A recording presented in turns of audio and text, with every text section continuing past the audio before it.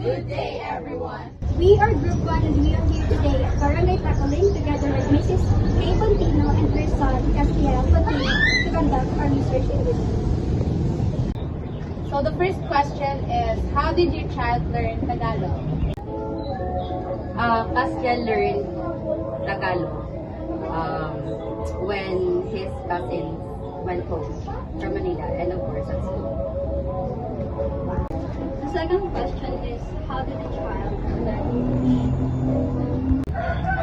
Castiel learned English language through like YouTube, and even before he's into watching cell phone and listening to nursery rhymes and some other like stuff. Some other videos using English language. So the next question is, how did your child learn the first language? Castiel learned the first language, which is Hiligaynon, of course via adaptation inside the house. What way of teaching do you do with your child to learn those languages? Of course, nowadays since we do have cellular phones, so first of all, through adaptation from inside the house and by YouTube or means of communication. So I let Castiel adapt via YouTube and some other ways of communication. Also via his friends and his relatives.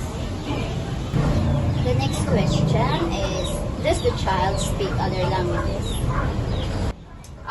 Aside from English, Tagalog, and Hiligaynon, no other languages that he can speak. So the next question is, does your child have a hard time learning those languages? There are times that Castiel is asking for some other words, or some other deep words that he don't know or he can't understand. But with the use as well of YouTube, he is trying to check what are the meaning of those.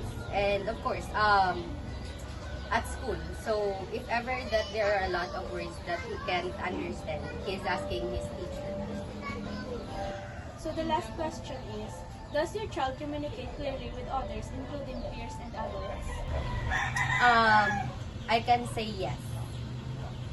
So he is, he's managing to interact with adults and with his peers with the use of those languages, which are English, Hiligaynon, and Tagalog. And that's all for our interview.